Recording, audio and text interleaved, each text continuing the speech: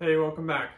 We are on to doing the fun stuff now. So everything moves faster from here. So we've got lots of parts to throw on, but it doesn't take long to do it. So let's get started. Okay, well, we've got the timing cover on now, so now it's time to put the harmonic balancer on.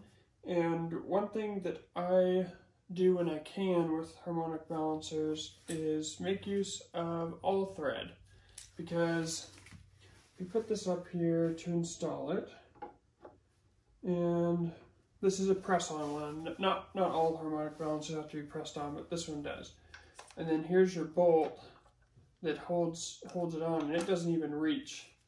So what I'm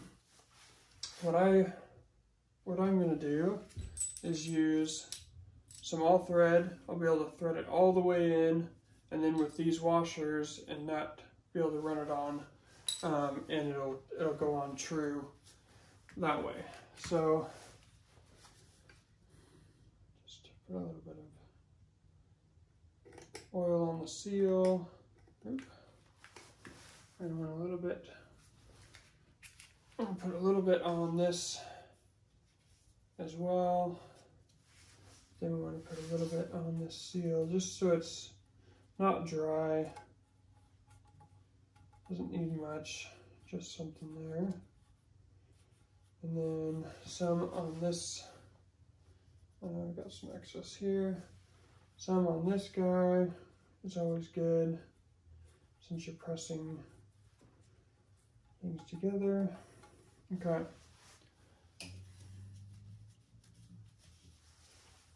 This is just a little bit excessive. You don't want to have so much that then later on you think that you have a leak. Okay.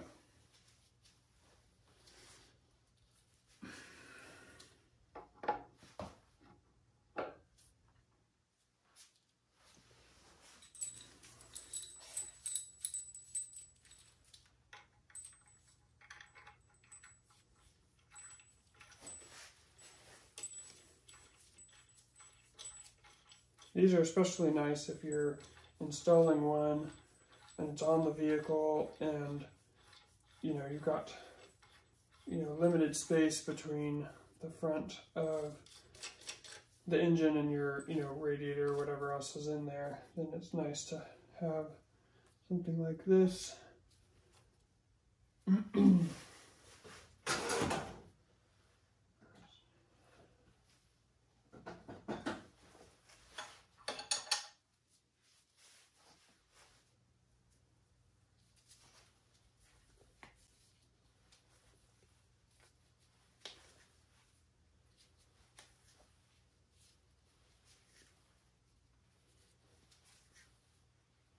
And this way, having this threaded all the way in, you have maximum strength with the threads. You're not grabbing just a few threads on the end of the crankshaft and risking stripping out a couple threads on your crankshaft, which is a big bummer.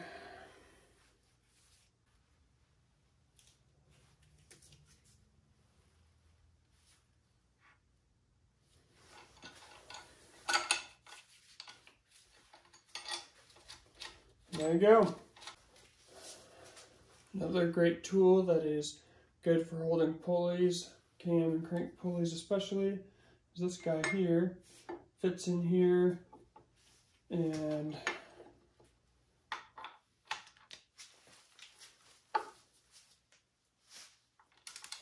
holds that in place for you. Done. Okay, for the oil pan gasket, I'm going to add a little bit of RTV in the corner here where the block meets the main cap, and then over here where the timing cover meets the block here, just add a little bit there. I did take this, it's got a razor on it, and just like shave this down. I can hit it again, kind of like that, and just like making that, all flush there. But I'll just put a little bit of RTV just to help that seal up good. and on both sides. Okay, the oil pan's on. All the bolts are just threaded in. Tripping over stuff. I'm just gonna run all these down. I've got this set at 7. These are all the smaller bolts. There's 2 sizes of bolts, and one size is a 1/4 20, and all of those are at 7 foot-pounds. And then there's 2 5/16 bolts at this end and 2 at this end, and they're at 11 foot-pounds. So my torque wrench doesn't really go low enough for these ones, so I'm just gonna use this and run these.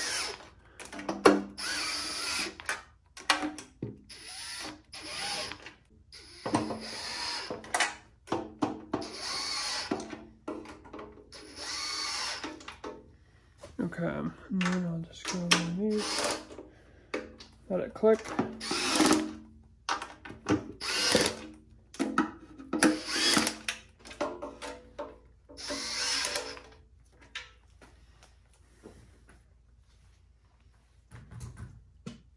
And for these larger ones, then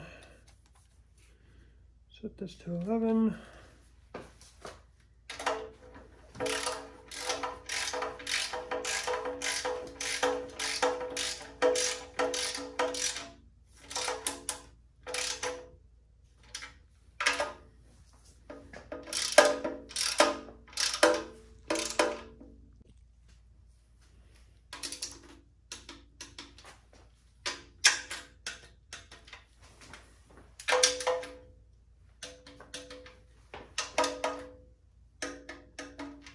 Okay, all torqued up.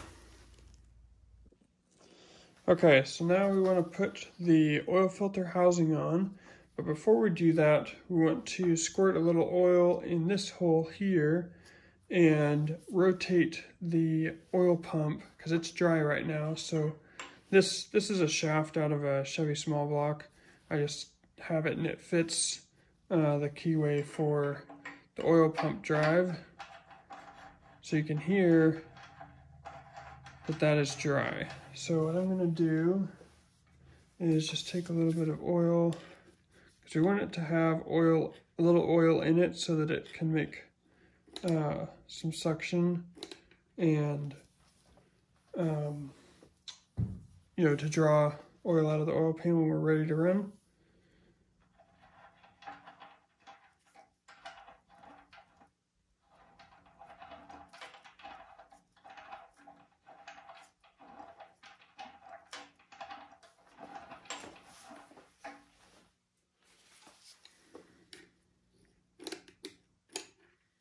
You should be able to hear it change a little bit. May take some time to run down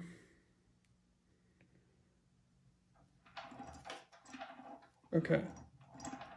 So I don't know if you can hear it, but you can kind of hear kind of a lower toned sound. And you can hear it kind of making a sucking sound. So we've got oil to the pump now, and that's what we want. So now we have this housing to put on. The XJs have this housing, and maybe some others, but the like the Wranglers don't have it, and their filter just goes straight on. But the way that the unibody is with the XJ, the filter would conflict with the unibody frame there, and I think possibly not sure if the motor mount is in the way as well, but anyway, so they have this on here, and these are a common leak point on the XJ. This gasket right here frequently leaks, and so they're a real pain to get off because of how close the unibody frame rail is to it. So what you can do is take a socket, just get like a single 60 T60 socket off of, you know, Amazon or Harbor Freight or wherever, and then just punch out this you know, this portion of it out of the socket. Because if you have it on here and you get it in here, then it's too long for you to get a ratchet on there. So if you knock one of those out, and then you can put, 1 second, you can put see what size would be close. You can put an end wrench on. If I find one that's close. Yeah, it's probably like a 12 millimeter. Yeah. So you can put a 12 millimeter onto it with this, you know, taken out, and you can get it free while the engine's still in your Jeep. I fortunately was taking the engine out, so I just left it on until I had the engine out. But it was one of the things that were leaking when I got this. So anyway, there's O-ring kits that I got this one off of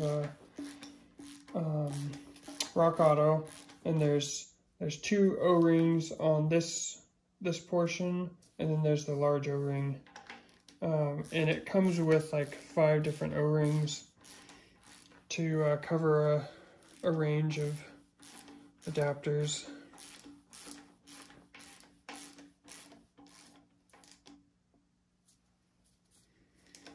And then there's that roll pin that you saw that you just got to line up with the, there's a divot. Here, let me show you. Yeah, it's up top here, so it lines up right underneath here. Keeps it from being able to rotate very far.